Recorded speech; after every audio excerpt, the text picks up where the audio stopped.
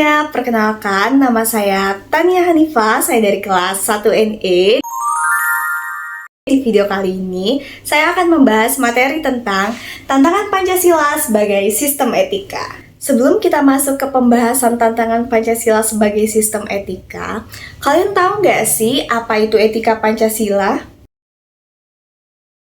Etika Pancasila adalah sistem filsafat yang dijabarkan dari sila-sila Pancasila untuk mengatur perilaku bermasyarakat, berbangsa, dan bernegara.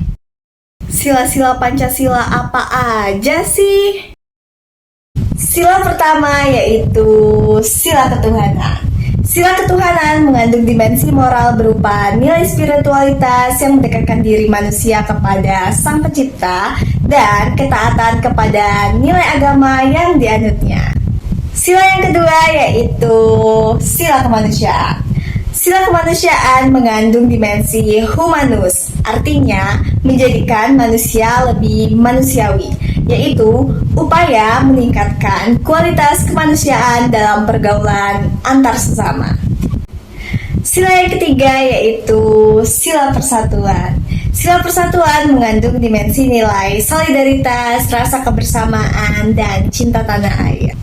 Yang keempat yaitu sila kerakyatan. Sila kerakyatan mengandung dimensi nilai berupa sikap menghargai orang lain, mau mendengarkan orang lain, dan tidak memaksakan kehendak kepada orang lain. Dan yang terakhir yaitu sila keadilan. Sila keadilan mengandung dimensi nilai mau peduli atas nasib orang lain dan kesediaan membantu kesulitan orang lain. Oleh karena itu, dalam etika Pancasila terkandung nilai-nilai ketuhanan, kemanusiaan, persatuan, kerakyatan, dan keadilan. Kelima nilai tersebut membentuk perilaku manusia Indonesia dalam semua aspek kehidupannya. Pancasila sebagai sistem etika pastinya tidak terbebas dari berbagai macam tantangan. Kalian tahu nggak sih bentuk tantangan Pancasila sebagai sistem etika apa saja sih yang muncul dalam kehidupan bangsa Indonesia? Sini aku kasih tahu. Pada zaman Orde Lama, tantangan Pancasila sebagai sistem etika berupa sikap otoriter dalam pemerintahan, sebagaimana yang tercermin dalam penyelenggaraan negara yang menerapkan sistem demokrasi terpimpin. Hal tersebut tidak sesuai dengan sistem etika Pancasila yang lebih menunjukkan semangat musyawarah untuk mufakat. Pada zaman Orde Baru, tantangan Pancasila sebagai sistem etika terkait dengan masalah NKK, nepotisme, kolusi, dan korupsi yang merugikan penyelenggaraan negara. Hal tersebut tidak sesuai dengan keadilan sosial karena nepotisme, kolusi, dan korupsi hanya menguntungkan segelintir orang atau kelompok. Pada era reformasi, tantangan Pancasila sebagai sistem etika berupa euforia kebebasan berpolitik, sehingga mengabaikan norma-norma moral. Misalnya, munculnya anarkisme yang memaksakan kehendak dengan mengatasnamakan kebebasan berdemokrasi. Tapi, apakah hanya itu tantangan Pancasila sebagai sistem etika? Bagaimana dengan sekarang? Mari kita bahas. Yang pertama, pengaruh globalisasi dan budaya asing. Globalisasi membuka pintu bagi arus budaya, teknologi, dan gaya hidup dari seluruh dunia. Tidak semua pengaruh ini buruk, namun sebagian di antaranya dapat bertentangan dengan nilai Pancasila. Globalisasi membuat informasi menyebar sangat cepat. Budaya Barat, Korea, Jepang, atau negara lain masuk melalui film, musik, game, dan media sosial. Masalahnya, nilai yang dibawa tidak selalu sesuai dengan kepribadian bangsa Indonesia. Hal ini memengaruhi cara berpikir, gaya hidup, hingga cara bersosialisasi masyarakat Indonesia, terutama generasi muda. Contohnya, gaya hidup, pamer kekayaan atau flexing di TikTok dan di Instagram mendorong orang hidup tidak realistis, konsumtif, dan membandingkan hidupnya dengan orang lain.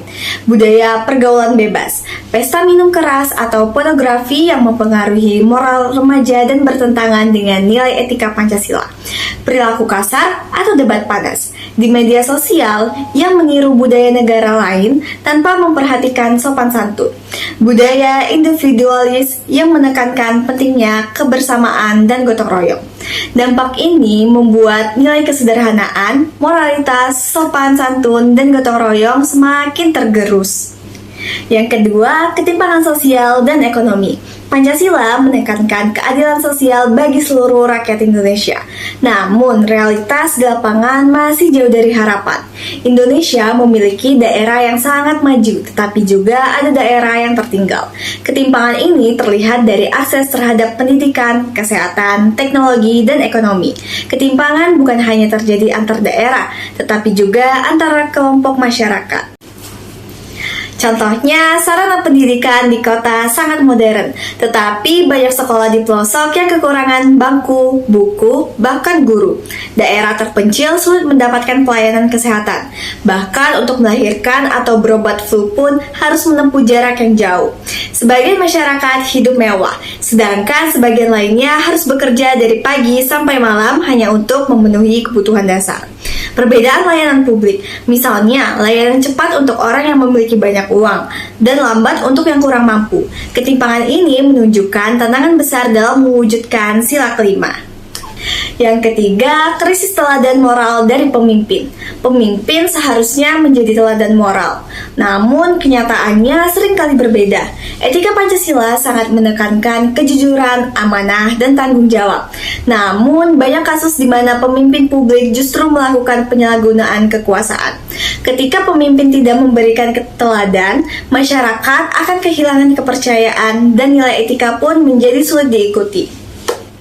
Contohnya, kasus korupsi besar yang melibatkan pejabat eksekutif, legislatif, hingga aparat penegak hukum. Nepotisme dalam rekrutmen atau promosi jabatan. Pemimpin daerah yang memamerkan gaya hidup mewah sementara warganya masih hidup dalam kesulitan. Penyalahgunaan wewenang, misalnya penggunaan fasilitas negara untuk kepentingan pribadi. Akibatnya, nilai kejujuran dan tanggung jawab dalam Pancasila mengalami tantangan besar.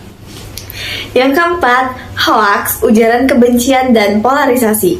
Media sosial adalah pedang bermata dua, bisa digunakan untuk menyebarkan kebaikan, tetapi juga bisa memecah belah masyarakat. Kecepatan informasi tidak diikuti dengan kemampuan literasi digital masyarakat yang memadai. Banyak warga yang mudah percaya pada berita bohong dan langsung membagikannya. Contohnya, hoaks terkait agama. Misalnya, pesan berantai yang menuduh kelompok tertentu menyebarkan ajaran sesat, ujaran kebencian terhadap suku tertentu yang menyebabkan permusuhan, fitnah politik, terutama menjelang pemilu yang menciptakan perpecahan dalam keluarga maupun masyarakat, cyberbullying, terutama pada remaja yang merusak nilai kemanusiaan. Fenomena ini jelas bertentangan dengan sila kedua dan sila ketiga Pancasila. Yang kelima, menurutnya toleransi. Indonesia adalah bangsa yang lahir dari perbedaan dan toleransi adalah kunci persatuan. Munculnya sikap fanatik berlebihan, prasangka, dan stereotip terhadap kelompok lain mulai mengancam kerukunan. Contohnya, penolakan pembangunan rumah ibadah hanya karena berbeda agama, diskriminasi terhadap kelompok minoritas dalam pekerjaan atau pergaulan, konflik warga yang dipicu perbedaan keyakinan atau pilihan politik, labeling negatif terhadap kelompok tertentu yang dianggap tidak sesuai mayoritas. Sikap toleransi ini melemahkan nilai persatuan dan kemanusiaan. Yang keenam, individualisme dan menurunnya gotong royong. Gotong royong adalah karakter khas bangsa Indonesia. Namun saat ini mulai pudar. Kemajuan teknologi membuat masyarakat lebih sibuk dengan ponselnya daripada bersosialisasi dengan tetangga. Contohnya, kerja bakti semakin sepi, hanya beberapa warga yang hadir. Tetangga saling tidak mengenal. Padahal tinggal berdampingan selama bertahun-tahun. Kurangnya rasa kepedulian sosial, misalnya membiarkan sampah menumpuk tanpa inisiatif bersama. Masyarakat cenderung mengejar kepentingan pribadi, bukan kepentingan bersama. Ini menjadi tantangan serius dalam melestarikan budaya gotong royong. Yang ketujuh, konsumerisme dan materialisme. Nilai kesederhanaan dalam Pancasila semakin sulit ditemukan. Tekanan sosial untuk tampil mewah, apalagi di media sosial, membuat banyak orang mengukur harga diri dari barang-barang yang mereka miliki. Contohnya, remaja membeli barang branded dengan kartu kredit hanya untuk tampil keren. Perlombaan gaya hidup antara teman atau tetangga. Mengukur kebahagiaan berdasarkan materi, bukan karakter. Budaya unboxing yang mendorong perilaku konsumtif. Pola hidup seperti ini bertentangan dengan nilai tanggung jawab sosial dan moral. Yang kedelapan, penegakan hukum tidak konsisten. Etika Pancasila menuntut hukum yang adil dan tidak memihak. Sayangnya, dalam beberapa kasus, hukum di Indonesia belum dijalankan secara konsisten dan adil. Contohnya, kasus kecil diproses cepat, seperti pencurian makanan oleh orang miskin. Kasus besar berjalan lambat, terutama kasus korupsi atau kejahatan elit. Pungli di layar publik yang merugikan warga. Pelanggaran hukum tertentu mendapat perlakuan istimewa. Hal ini mengurangi ruh keadilan yang menjadi inti sila Pancasila. Yang terakhir, kerusakan lingkungan. Lingkungan adalah bagian dari kehidupan kita. Etika Pancasila mengajarkan tanggung jawab terhadap alam.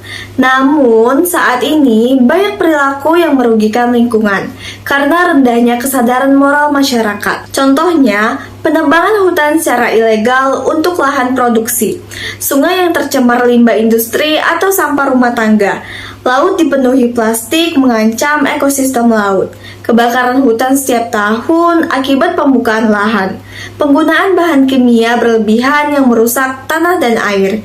Kerusakan lingkungan menunjukkan lemahnya penerapan etika tanggung jawab dalam Pancasila. Dari seluruh penjelasan panjang ini, kita bisa melihat bahwa Pancasila sebagai sistem etika menghadapi tantangan yang sangat kompleks. Tantangan-tantangan ini nyata terjadi di sekitar kita dan memengaruhi hampir semua aspek kehidupan, mulai dari media sosial hingga pemerintahan. Namun, tantangan bukan alasan untuk menyerah. Justru tantangan adalah cara bagi kita untuk menguatkan komitmen terhadap nilai Pancasila. Sebagai generasi muda, kita memiliki peran untuk menjaga toleransi, menghindari hoaks, bersikap jujur, menghargai perbedaan, mengutamakan persatuan, mengimplementasikan gotong royong, menjadi pribadi yang sederhana dan bertanggung jawab, dan menjaga alam sebagai warisan bangsa Indonesia.